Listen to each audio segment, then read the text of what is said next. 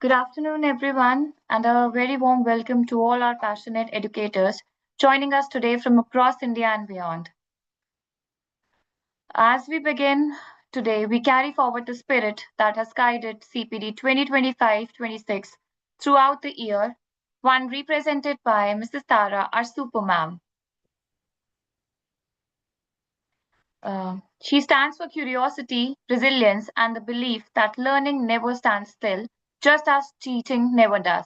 Today, we come together for the final sessions of S. Chan's Continuous Professional Development Program for the year 2025-26. Sessions that bring together reflection, relevance, and readiness for what lies ahead. CPD at S. Chand is a living learning ecosystem evolving every year to meet the realities of today's classrooms. This year's theme, Badalti Shiksha, Badalti Shikshak, has shaped every conversation, reinforcing the role of teachers as drivers of change. Yeah. I'm Tanisha Tyagi, and I'm happy to welcome you to today's sessions, thoughtfully designed to strengthen practice and set the direction for what's ahead. We begin this afternoon with our first session titled Scaffolding Techniques for Deeper Learning. And it is my absolute honor to introduce our speaker, Ms. Deepti Chawla. Ms. Chawla is an experienced English teacher and a curriculum developer with the Delhi Board of School Education. She has held roles such as TGT English mentor teacher and guest faculty at Delhi University. With advanced degree in TESOL and gender studies, she has collaborated with institutions like NCERT, SCERT, and the University of Delhi.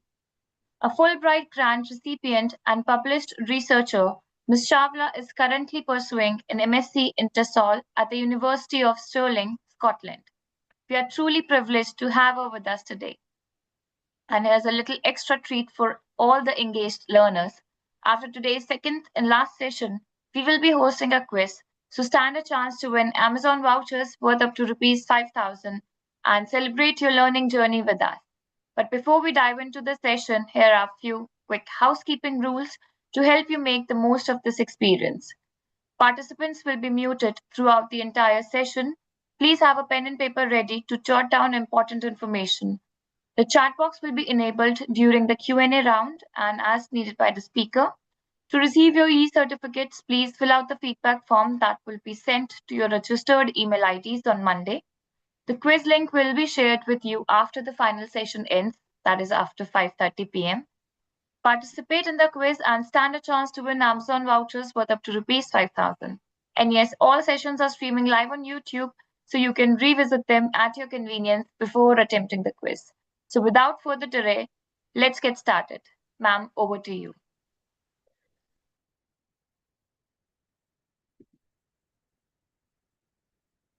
Thank you so much, Tanisha. I'll just share my screen.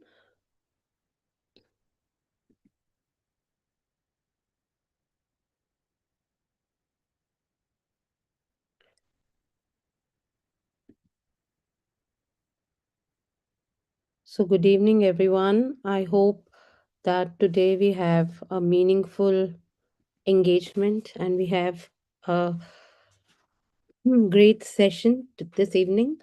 It's a Saturday, and many of you who've joined definitely seem to be lifelong learners and committed to be better as teachers, as facilitators. And I think it aligns with this topic of our session today, which is scaffolding techniques for deeper learning. And the fact that we are all together as part of one teaching community, I think this is a great step towards understanding the concept itself because um, the better we engage and seek help, and sometimes we attend seminars and sessions where we feel that many of the talk that is happening, and obviously it's going to be more one way. I will be talking for a longer period of time, quite a longish period of time. And I do understand that it is very difficult for a person to listen to another person for a long time. So, respecting all of that, I hope that you have a few takeaways and a couple of strategies that you'll be able to implement in the classroom from this session. Uh, and To be very honest, when we listen to a lot of input, because it's a 1 hour input, I would request all of you to be present and to be able to discern what is it that you would want to take away from this session.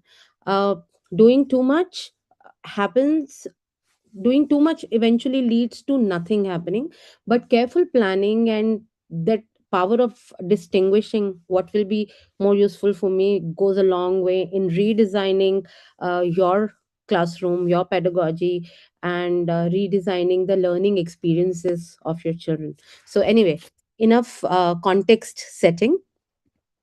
So uh, I would like all of you to reflect on something, as students, as learners, or even as teachers, we all learn different skills at different times in life. I want you to reflect on when you needed support to learn something new, like learning to cycle, or driving, or teaching a new grade.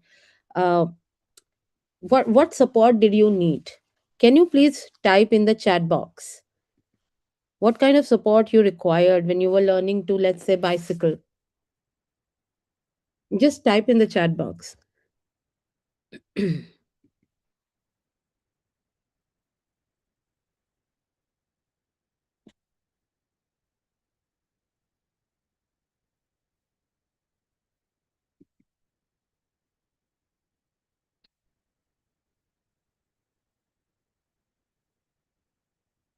Can you all type in the chat box?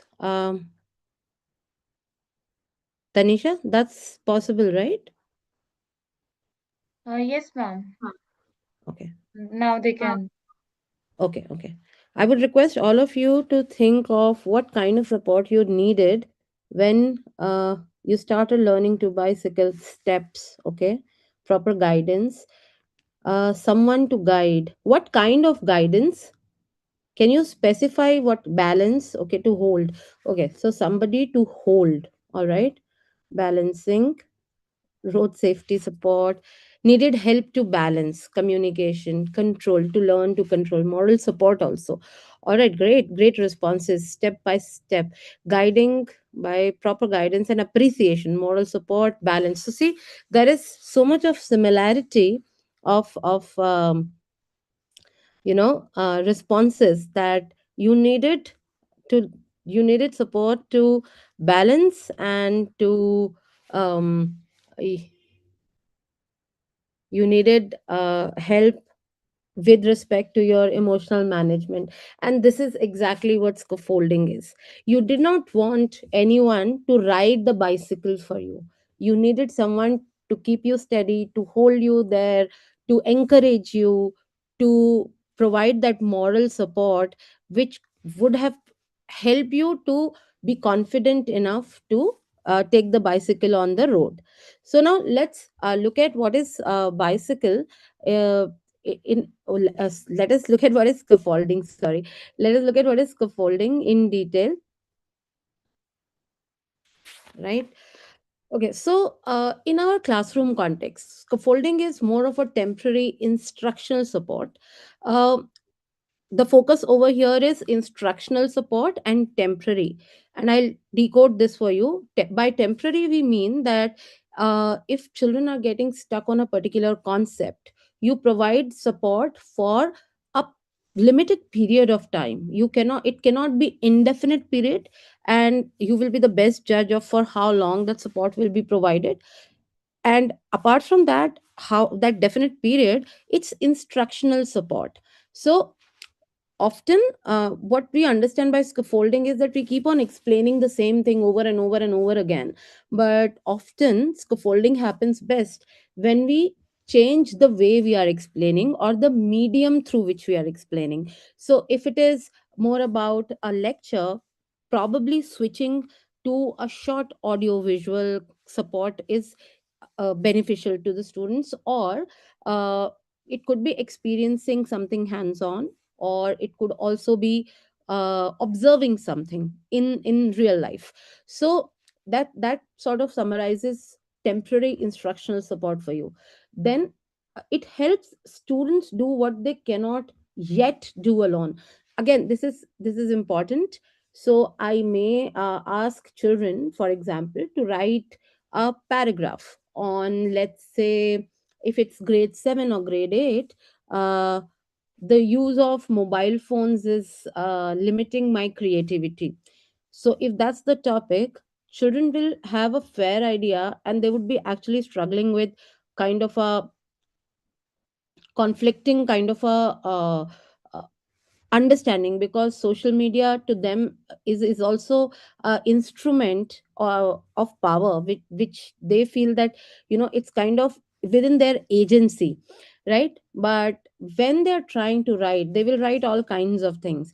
When you look at some of the paragraphs, now what would happen is that you will get different varied types and styles of writing.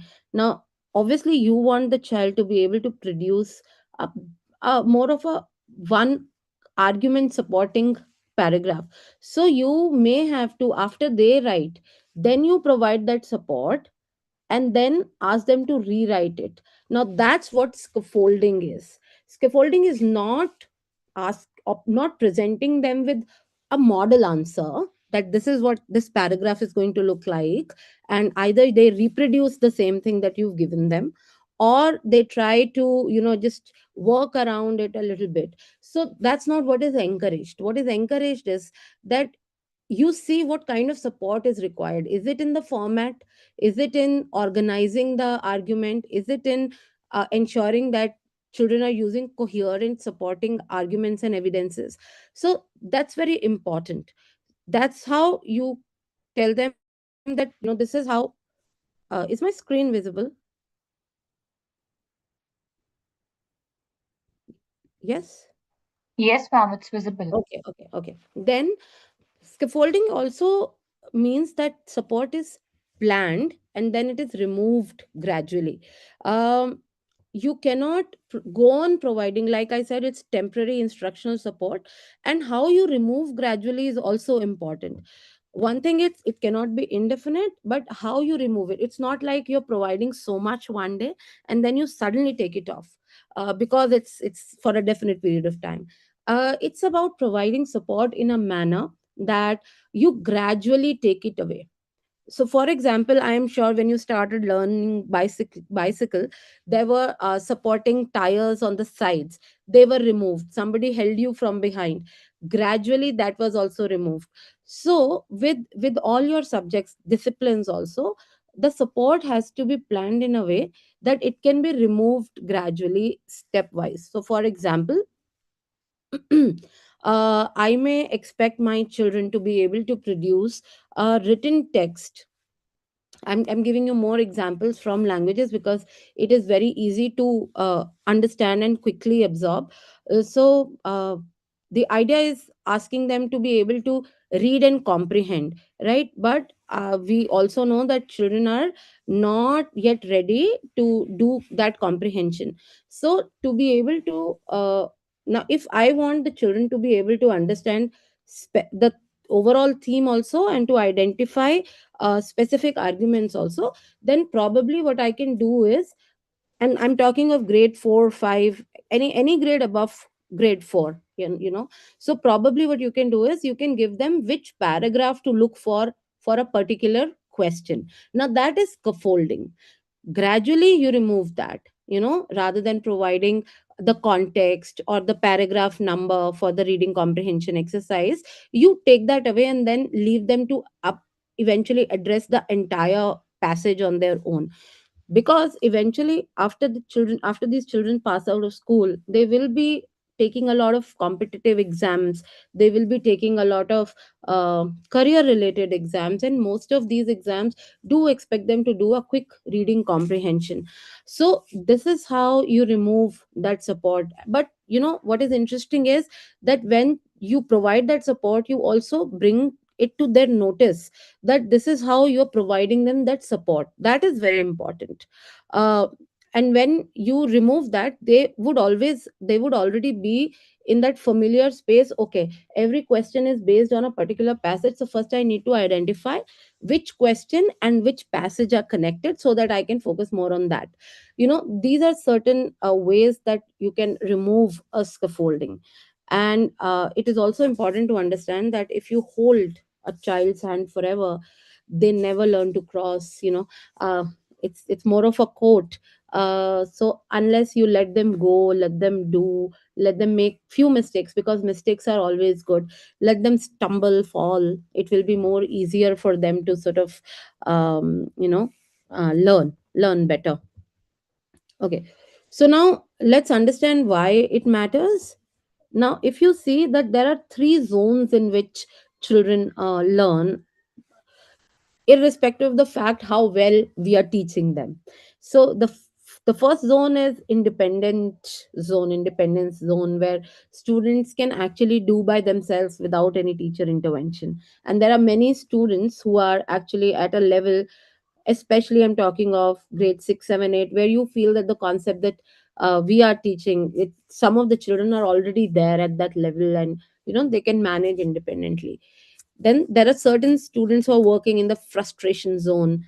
And there are many children also, in general also, not just a few children, but the frustration zone is where concepts that are currently too complex, even with scaffolding, even if you're providing the support, children may not be able to do it. And then there is this learning zone where learning happens in between. So basically what we're trying to say is that there are certain things children can do independently. Then there are certain things children cannot do even with the support you provide.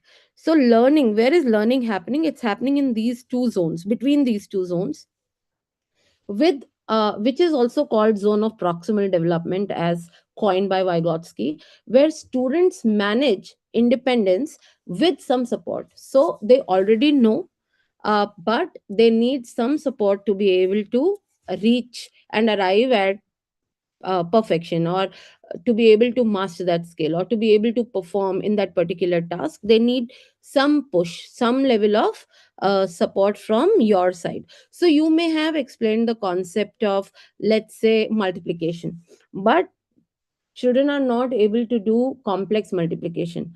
uh,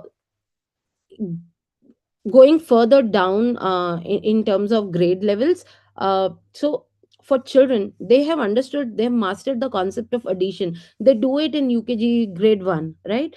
But to be able to do sums with carryover, they find it very, very difficult. So how do you provide that kind of support, you know that support where they can do those carryover problems, and in subtraction borrow problems at a very young age, is through support. Now that support could necessarily need not be you telling them that you have to borrow, but it comes with blocks, it comes with a lot of other support mechanisms. There are sticks we can use, there are beads we can use, then there are blocks available online that you can use, mathematic kits. I have that somewhere, I cannot see, so I'll take some time to get it for you and show what kind of um, support material that you can build for children to be able to do that better.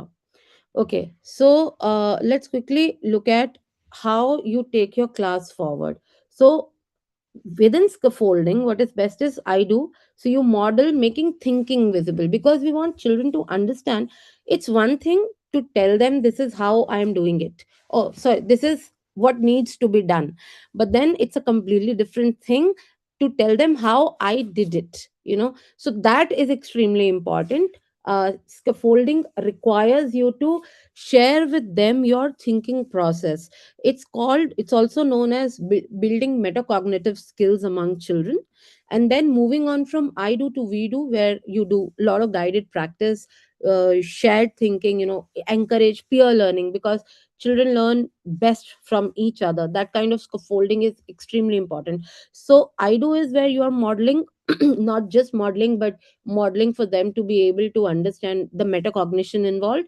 And we do, where they are doing with the help of each other, and you're also prompting. Then you do together as a completely dependent on students. And then independent learning, where you where they are independently capable of transferring learning to different contexts. So there is one thing that I learned a concept, but where am I going to use that concept? The concept of addition, multiplication, for example, or I'm learning how to write letters, but where am I writing letters these days? So the grade 7 8 students actually question that we do not write letters.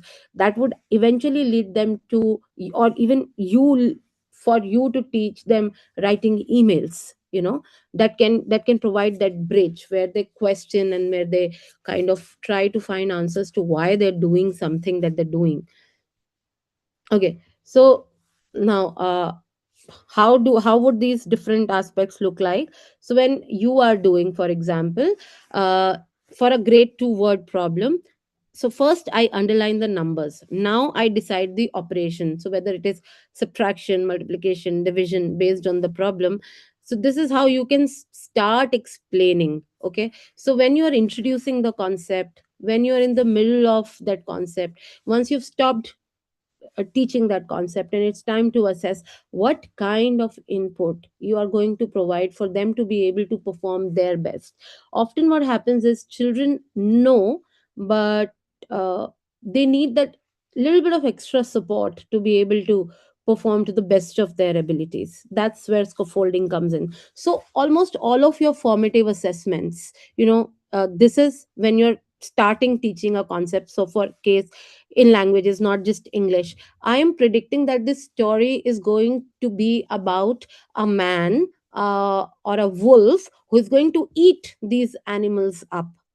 And eventually when you read the story, you realize that wolf was friends and with the animals, and animals were celebrating the wolf's birthday. Something, the story is completely different, but you are predicting it in a way, and then you're encouraging children eventually for the next few stories that you're going to take up, how to do prediction. And when we predict, what kind of tools are we getting dependent on? Generally the idea of a wolf is always more bloody, always animalistic, aggressive.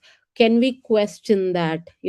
Those kind of things. So if I really want them to question, I need to also establish how my thinking is shaped. Why would I predict the story in a certain way? All right, so moving forward, now there are a lot of think aloud tools which are very powerful tools. So when you're teaching sciences, for example, uh, you already know that a particular concepts require a lot of constant support, or this concept is not getting clarified to children.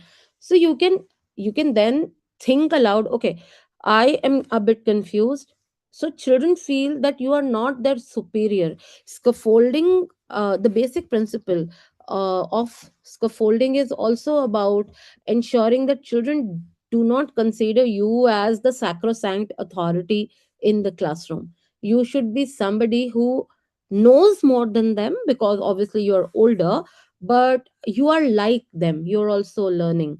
So give them an example of how you reorient your thoughts. So whether it's about rereading the diagram, eavesdropping on expert thinking. Now eavesdropping on expert thinking could be related to providing them with audiovisual support, or you explaining, or if they're working in a group, somebody else explains it to them.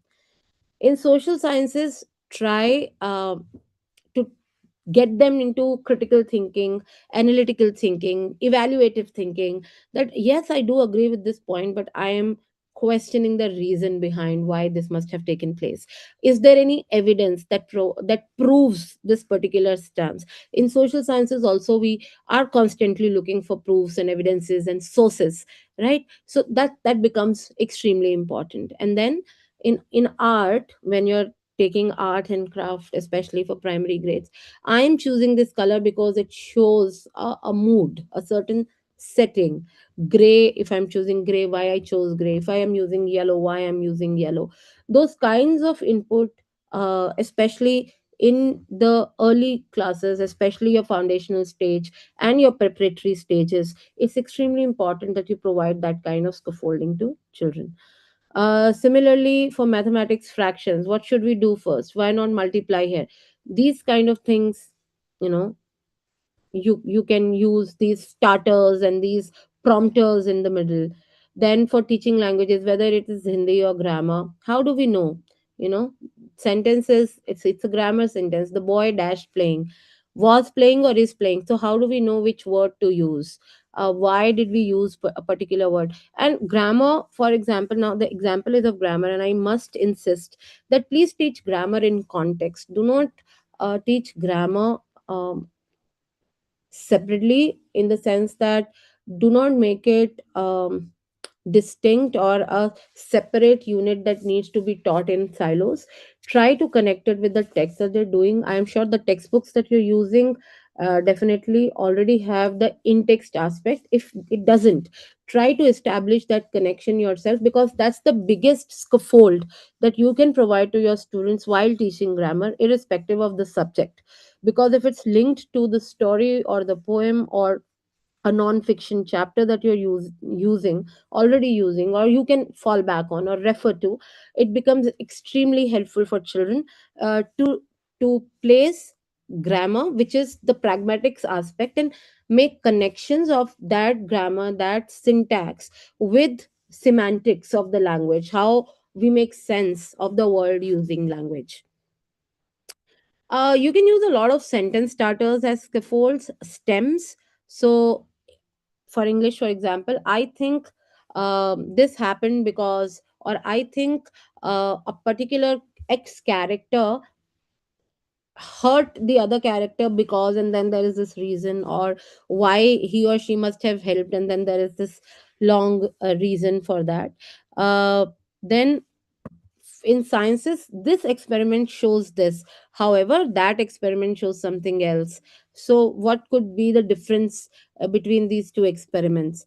Then for social sciences, this law is important. Now these are a few sentence starters. However, after few lessons in this, in every grade, you know, when you start teaching, it becomes important, and when you are scaffolding, becomes important during revision. In the middle, a lot of independent work is necessary.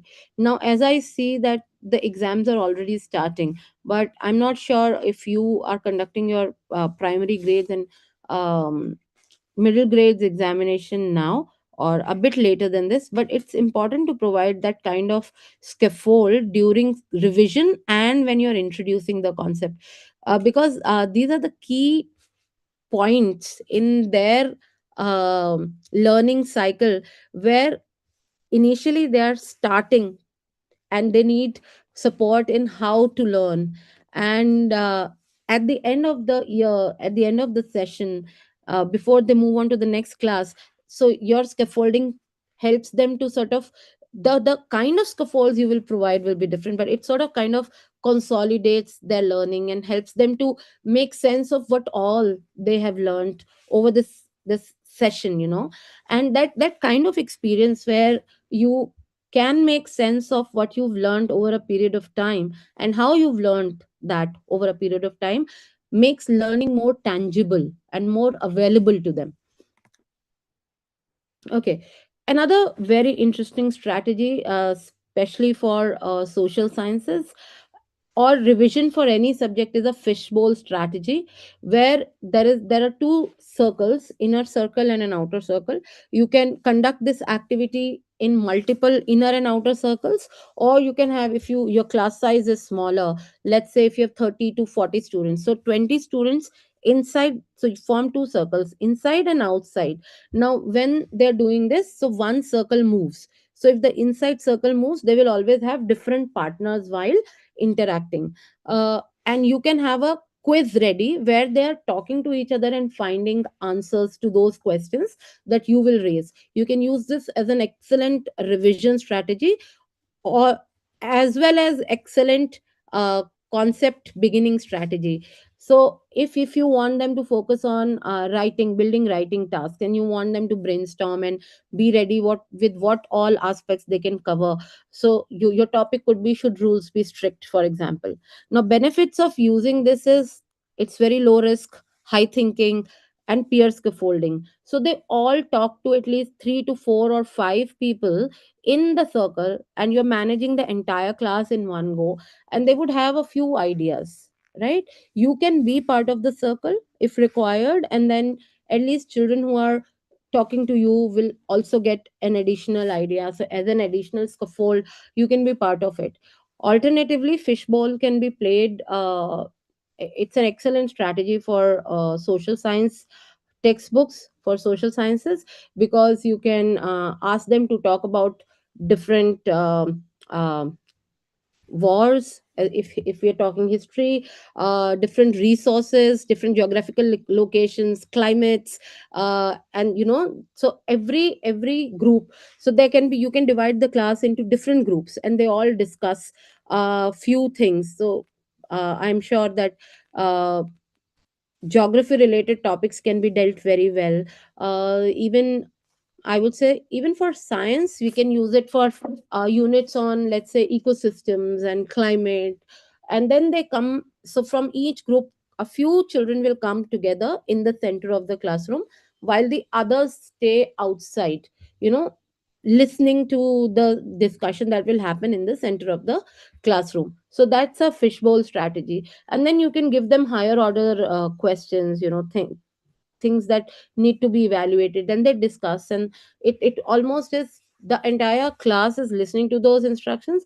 And you can, so I do understand, as a teacher myself, I've taught for many years, I do understand that managing the classroom can become difficult. So you can have a few tasks assigned to the children standing outside. You can tell them that whatever discussion is happening, all of you have to note down 3 points or 4 points, or whatever the way you have organized, because it's not just students doing everything by themselves. You are kind of leading them, facilitating them. So you can give them that in advance, and they already know what to listen for, right? And this becomes an excellent low risk strategy. Then there are other games, we play a game which is called hot seat. In that particular task, any topic related word vocabulary, teaching of vocabulary can be done. So you write the, like I'm sitting on a chair, the child sits in front of the class, and then there is a word written on the blackboard. The children can read the word. Now they have to tell 5 to 10 statements for this child to be able to elicit that word from this child. So what they do is they give statements, and it cannot be a yes no statement or a direct meaning related to that particular word, but more contextual learning. And that also becomes a very good game for them to sort of either build a pre vocabulary set or a post for pre assessment type of a task. Okay. Then you can use a lot of graphic organizer for visual scaffolds. So for writing and literacy, you can have story maps with beginning, middle, and end. That helps. A fading move could be, you provide blank organizers or student created organizers. You provide them with story maps and then ask them to create different story maps. In sciences and social sciences, flowcharts, life cycles, different timelines, they can all be present in the classroom for them to depend on, to fall back on while they're revising. I'm talking more in with respect to revisions, because I understand that it's the end of the session, children are going for their exams, but they can also be very interesting tools to begin your teaching in the next session. So flowcharts, life cycles, timelines, cause effect, compare contrast tables. So compare contrast tables can also be very interesting while teaching scaffold techniques. So you are focusing more on, let's say, uh, different processes, let's say, or different types of climates or resources of two places. So if your compare contrast table is right there, it becomes very easy for children to focus on what you're saying. What happens is, often while listening or while doing extensive reading, especially with the social sciences, those extensive reading, it doesn't register for the child. As it is, we have moved into a world where we are dependent on different AI models for even writing. We moved from handwritten to more of a system or a computer written text. Now we don't even want to do that. So everywhere there are voice supports, so for children to, in this world where everything is reduced to specific number of characters, it becomes extremely important to provide them with these kind of visual scaffolds, because for them and for you to sustain their interest over a longish text, an extensive text, which requires you to explain a little. For example, in my case, I am doing a lot of talking. So what I am depending on is a few nice visuals on screen that you may find interesting, or you may find questioning, how is this related to whatever this she is talking. Doesn't matter. And I'm also trying to be a bit more animated than I'm usually am, because it sort of helps your listeners to be engaged with you, right? So it's extremely important that you use such graphic organizers in the classroom. Like I said, pre-teaching vocabulary really helps. So if students don't know the word, they can't think deeply. So for example, water cycle, evaporation, condensation, precipitation, now you start teaching them without them knowing the meaning of this word in grade 2, grade 3, they would be at a loss. But if you have done a few activities, so for example, if it's a science class, let's say grade 2, grade 3, whenever you're teaching water cycle, right? If you simply show them by boiling water that water vapor is rising, it you provide them with that visual and vocabulary input. This is evaporation. Provide them an example of condensation. All you have to do is a very chilled bottle, keep it in the classroom, and there are water droplets. What we do is we often tell them to go and observe this at their home. Half the time it doesn't happen, right? That scaffold, it's required from your end. We think that giving them instructions is sufficient. It's not, because then you are leaving it on the child to do it by themselves, and especially in the younger grades, often that goes that doesn't really happen. So we need to do that. We need to provide them. And showing precipitation is also not that big of a task. It can be done with evaporation. The minute you do evaporation and you like hold a lid to it, obviously the water will precipitate. So it becomes very easy and quick for the child to understand with a quick demonstration. So on one hand, it's using TLM, on the other hand, and all of these things are interlinked. There is no strict boundary when it comes to teaching. We often think in terms of strict boundaries. Okay, what would be scaffolding, what would be TLM, what would be, so it's all interlinked. Also, once you have taught this, now certain children more confident, certain children are not as confident. Now they may need support with the written word also. They may need support, visual support with respect to a diagram also. And they may need you to tell them in a different language. So we have children who are at different levels of language. And your schools might be English medium, but there may be children who all they need is just a shift of language. They may want you to talk to them bilingually, or provide them with certain words which are from their home language. So we are all for multilingual education, and multilingualism, bringing multilingualism within the I would say within the overall framework of science education or social science education can work wonders, especially in the younger classrooms, because it not only helps in scaffolding the concept that you're providing, but it also helps in connecting different dots and taking ownership of their learning, because they find acceptance of their identity. Language is directly linked to identity. They find acceptance of their identities in the classroom, within the confines of the discipline you are dealing with them. So that becomes very important, right? Then of course there are different methods: pictures, gestures, quick oral sentences, etc. And yeah, so then they do things independently. So for example, maths, there's a new word problem with same structure but no hints. So you want them to transfer their learning, new topic using same rubric but no starters. Now this is one example is from mathematics, the other is from languages, so this is how you reduce the support. That's what I meant. So another, the most missed step of fading support is support must reduce while independence increases. It cannot be either or. Remove word banks, remove the checklist, remove frames, then reflect with students which support are your students over dependent on. Are they over dependent on audio visuals or organizers, or you explaining them something, or are they over dependent on their peers? So you'll have to take care of all of that as you provide support. uh, Now, there are certain common scaffolding mistakes that we all make. We do a bit of over explaining or helping for too long. Then we confuse scaffolding with spoon feeding. Scaffolding does not mean that you provide them with an entire answer. Scaffolding is helping them to arrive at the expected response. So it's not about you providing them with that uh, expected response, or to provide them the easy way to reach that expected response, but help in terms of how to be able to arrive at that expected response. Then it has to be planned. So it needs to be planned, and it needs to be a gradual release of responsibility.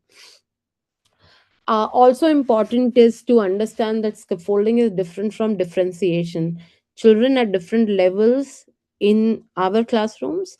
So scaffolding, now if you look at the goal of scaffolding stays same for all the children, but in differentiation meaning, um, children are at a at very different levels, or children with special needs, but you want them to be but you want them to participate in all the classroom activities. So the goal of the activity or the concept or the unit you're doing shifts, but with when in scaffolding the goal remains same. Duration of scaffolding is temporary. For differentiation, it will continue, it is ongoing.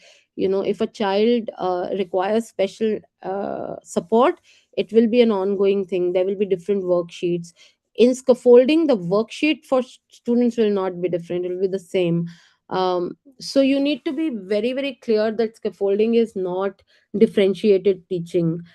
uh, in scaffolding focuses on the process. Differentiation focuses on the level of students.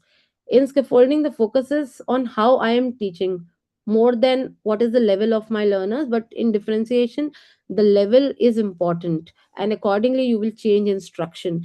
But in scaffolding, it is something that you're going to provide to all the students, irrespective of the level they are at. So that distinction is extremely important. And unfortunately, what happens is we also think that scaffolding somewhere means that we need to provide, so for student a particular worksheet or practice sheet is provided, but for a student C a completely different worksheet is. That's not scaffolding, that's differentiation. Scaffolding is providing similar input to all these students.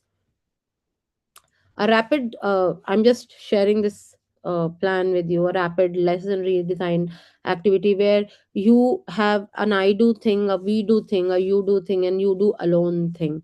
you know Another interesting support that you can provide your students is using Freer model.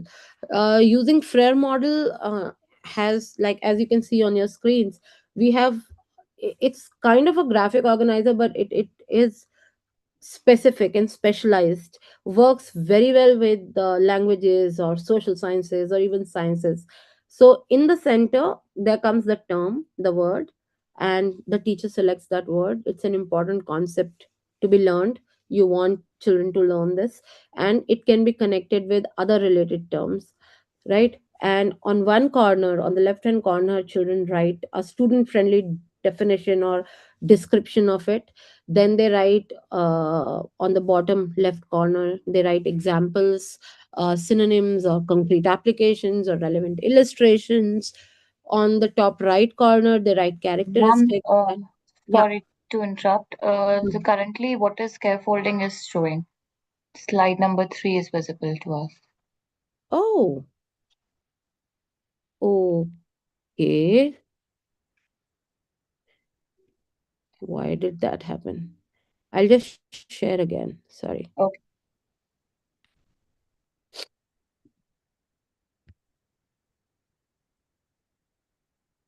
I wish you had told this to me earlier. All the slides were visible, like Frame model was not. Oh, okay. Yeah. Is it visible now? Yes, ma'am. Okay. So, as you can see, top right corner, top left corner, and so on and Yes, so ma'am. forth. Yes. Okay, so characteristics on the top right corner that help students recognize, identify, or distinguish the term.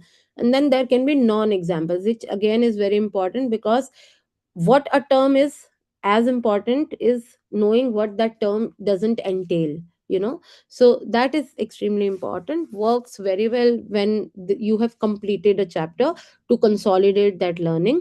It becomes very relevant, and this can be very relevant for you to in case revision is going on in your schools.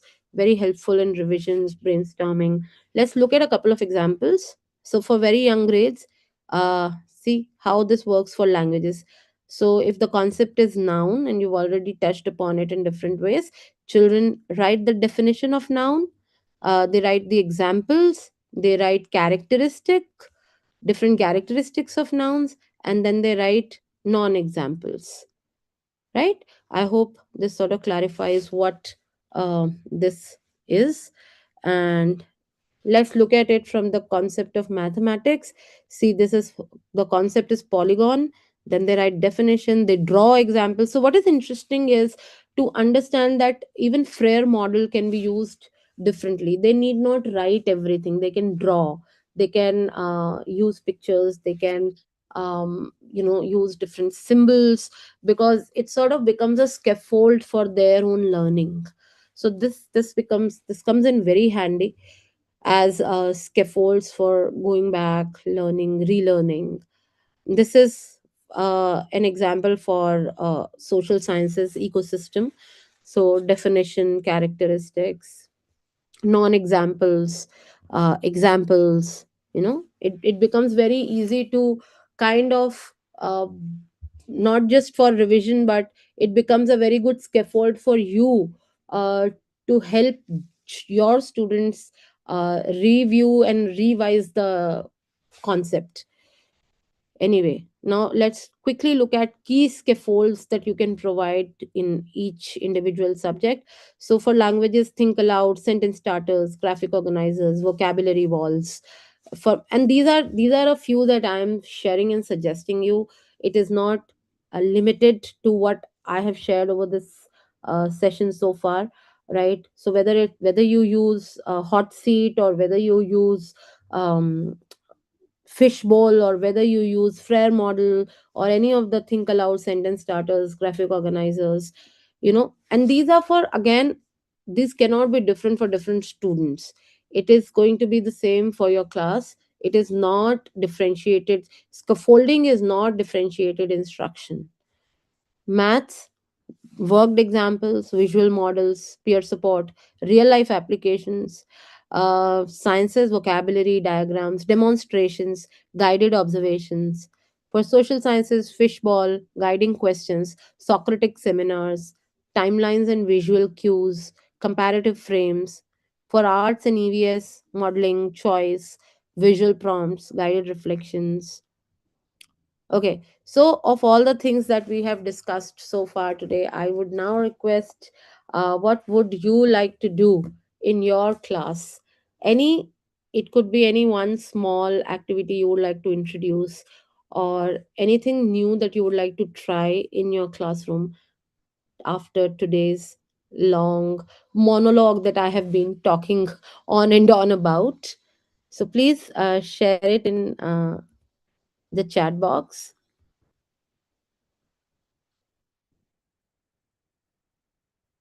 Prayer model, fishbowl. Okay, interesting. Prayer model, fishbowl and hot seat. Evie's journaling, observation of surroundings. Okay, hot seat, fishbowl. Yeah, yeah, yeah. These will come in very handy when you do it. Great, fantastic. Okay, so And as you're thinking of what you would like to try and take forward, it's important for us as teachers to know when to step back, because great teachers know when to step back and let children do and move forward on their own. So thank you for your dedication to student independence and deeper learning. Good teachers support learning, great teachers know when to step back.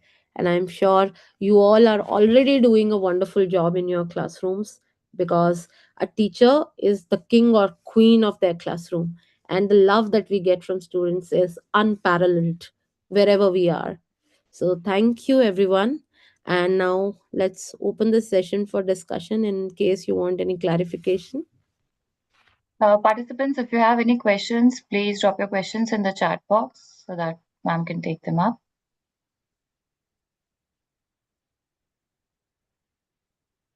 Thank you all for your comments and your responses.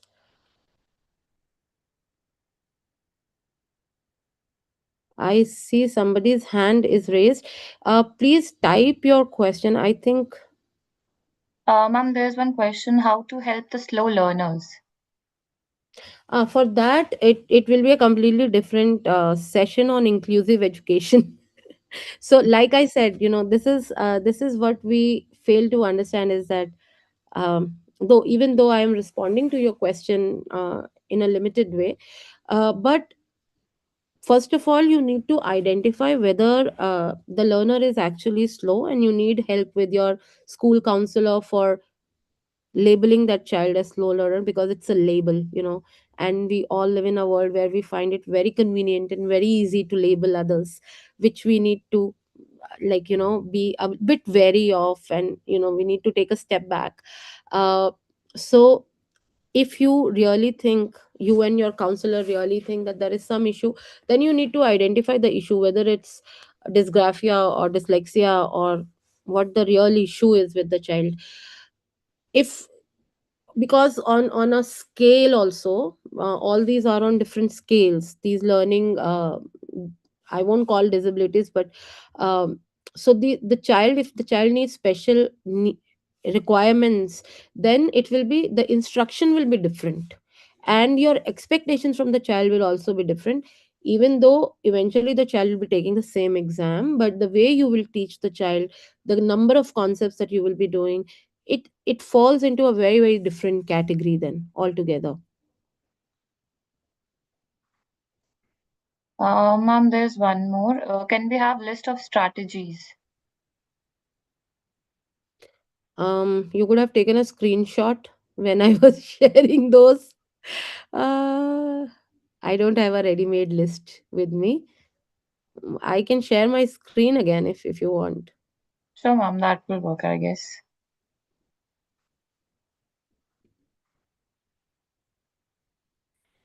Though the list does not include Frere model, and so this was the subject wise scaffolds that I suggest and are helpful. Along with this, is it visible? Yes, ma'am. Okay. So along with this, you can use Frere model. Oh, thank you, Rajeshwari ji, for sharing the screenshot. Uh, Along with this, you can use Frere models, fishball, inner circle, outer circle, hot seat. Then there are a lot of. So just give me 1 second, okay? I'm turning off my video.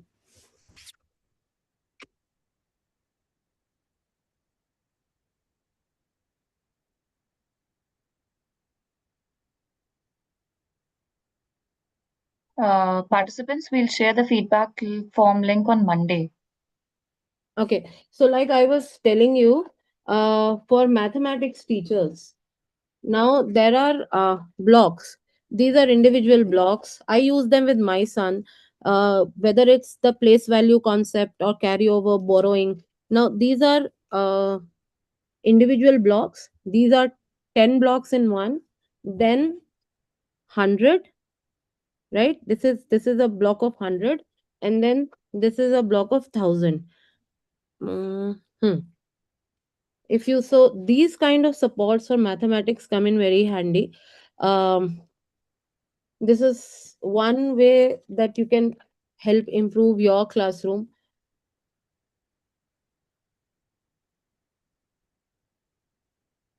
Anything else? Mm.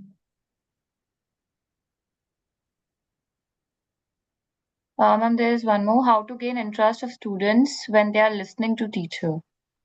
Sorry, I didn't get that question. Yeah, how to gain interest of students when they are listening to the teacher. If they're already listening, then why do you need more interest for? I mean, probably you are saying that how to gain their interest when they're not listening to the teacher. Then you need to change the way you're teaching. In the sense that probably your class requires some kind of physical movement. If it is a consistent problem, then you need the help with the student school counselor. But if it is on a particular day or a particular subject, then probably scaffolding in a different way, use of audio visuals, helping them move, more kinesthetic activities, more game based, quiz based activities will really elevate their interest levels in the classroom. But if it is there for all the subjects throughout the day, then probably there are some other underlying issues and you need to discuss with the school counselor. Okay, But there are ma'am. various ways of making the classroom interesting. Get them to do stuff, give them the reins, and then see. They'll be more than interested in teaching you. Okay, thank you so much, ma'am, for a truly insightful and engaging session. Your perspectives on scaffolding have deepened our understanding of how thoughtful support can lead to meaningful and independent learning. Today's session equipped us with practical strategies to guide learners with intention, strengthen comprehension, and promote deeper engagement in the classroom. Let's carry these insights forward as we continue to empower our students and refine our teaching practices. A heartfelt thank you to all our educators who joined us today. Your active participation and commitment beautifully reflected the spirit of Padalti Shiksha Badalte Shikshak. And we are not done yet. Up next at 4:30 p.m., join us for our next session, Competency-Based Education, Redefining Learning Outcomes. Once again with Ms. Deepthi Chawla, followed by the quiz where you stand a chance to win Amazon vouchers worth up to rupees 5,000. So stay with us, stay inspired, and we'll continue shortly. Thank you, ma'am. See you soon. Thank you. Bye.